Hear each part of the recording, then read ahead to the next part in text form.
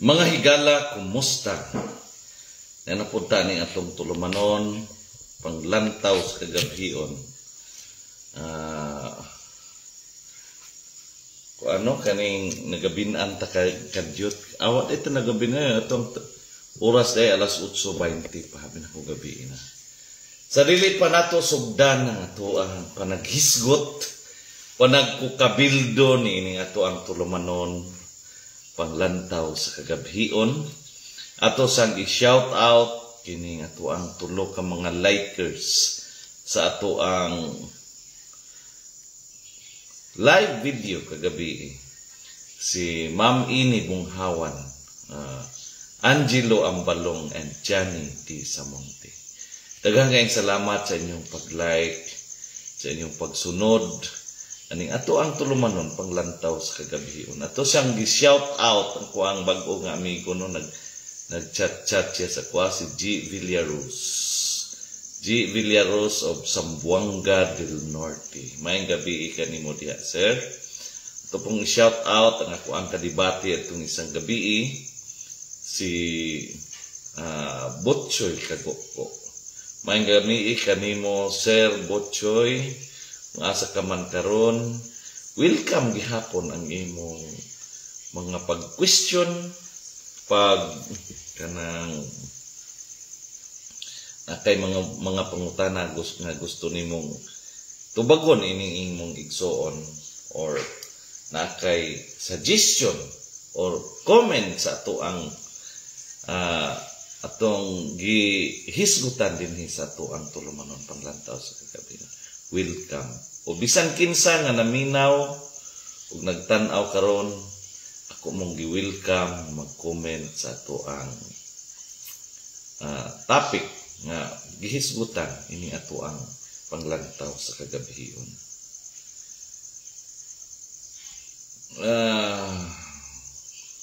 What if healing was no longer a privilege but a promise? What if stepping into a hospital didn't come with fear? Not fear of the diagnosis, but fear of the bill.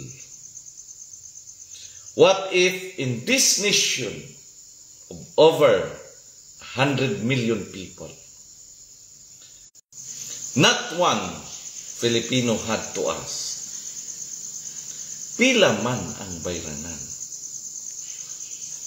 But before we look to the grand vision of national reform, let us begin with a story from a small but significant town, San Miguel, Zamboanga del Sur. In the heart of this town, Mayor XD Ucapan quietly and faithfully planned seeds of change.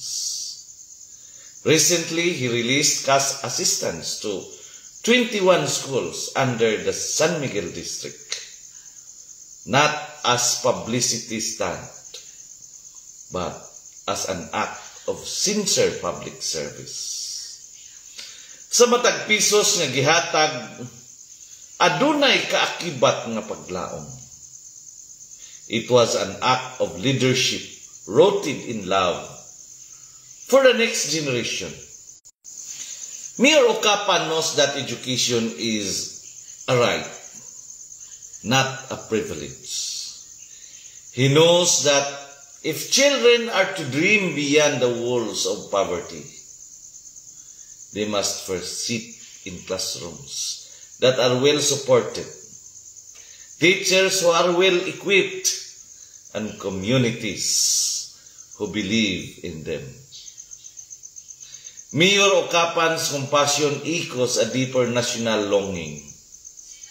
And now, that same spirit is being captured on a larger scale by President Ferdinand Bongbong Marcos Jr., whose bold vision is to implement zero hospital fees for patients across the country. This vision dares to turn the hospital from a place of financial dread into a sanctuary of healing. For decades, Hospitals in the Philippines have stood as both temples of hope and halls of despair. Sa matag kwarto nga puno sa pasyente, naapod ang pamilya nga naglibog kung kuhaon ang bayad sa tambal. It is not the illness that kills, it is poverty. Just like Mayor Ocapan's commitment to education, President Marcos' advocacy for free healthcare is about restoring dignity to every Filipino. Whether you live in Luzon or Mindanao, whether you are a farmer or a fisher, your life is just as worthy of care. In the Gospel of Matthew chapter 25 verse 36, Jesus reminds us, I was sick and you looked after me. And earlier in that same chapter he says, I was hungry and you gave me something to eat.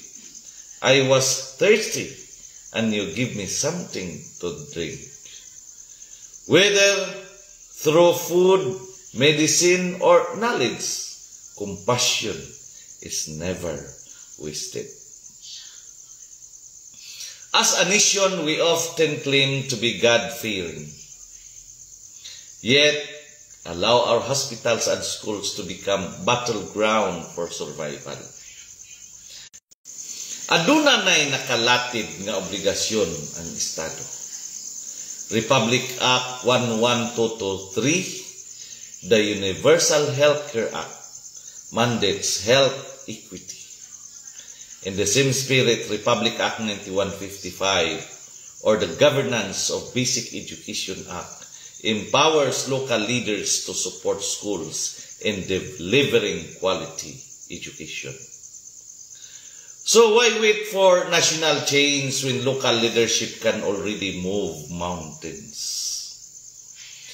What Mayor Ocapan has done is proof that faith without works is dead. James chapter 2 verse 17. His financial aid to the schools is not a mere gesture. It is an embodiment of servant leadership. He may not have stood in the Senate or given a national address, but he stood where it matters most, among the teachers, the learners, and the struggling communities. President Marcos envisioned a nation where healthcare is free. Mayor Ocapan envisions a town where education is strong. These visions are not separate. They are connected. Health and learning go hand in hand. Ang bata nga walay sakit, mas makaton. Ang ginikanan nga walay kabalaka sa bayranan, mas makasuporta sa ilang anak. We must recognize leaders like Mayor Ocapan are the heartbeat of that national dream. If every mayor, governor, or barangay captain had the same puso para sa katawhan, then BBM's vision of zero hospital fees wouldn't just be possible, it would be inevitable. As we celebrate this convergence of national vision and local compassion, let us be reminded of Galatians chapter 6 verse 2. Carry each other's burdens, and in His way you will fulfill the law of Christ. Let us not call this populism. Let us call this what it truly is, pagpangga sa katawhan. Bisis panglantaw sa kagabhion, di nang kahayag sa kamatuoran mo danag bisan pa sa kangit-ngit. Where light breaks through darkness, where vision meets purpose, where dreams find voice. Kini inyong alagad higala o igsoon, Jeremias Labaho Tubigon. Magapahinumdom kaninyo nga sa atong pagpangandoy ug matarong nga katilingban ang kamatuoran gayud ang atong suga. Ug sa kangit-ngit sa kasaysayan ang tinud-anay nga pamunuan ang labing hayag nga paglaom. Kini ang ang atong panglantaw gikan sa kasing-kasing.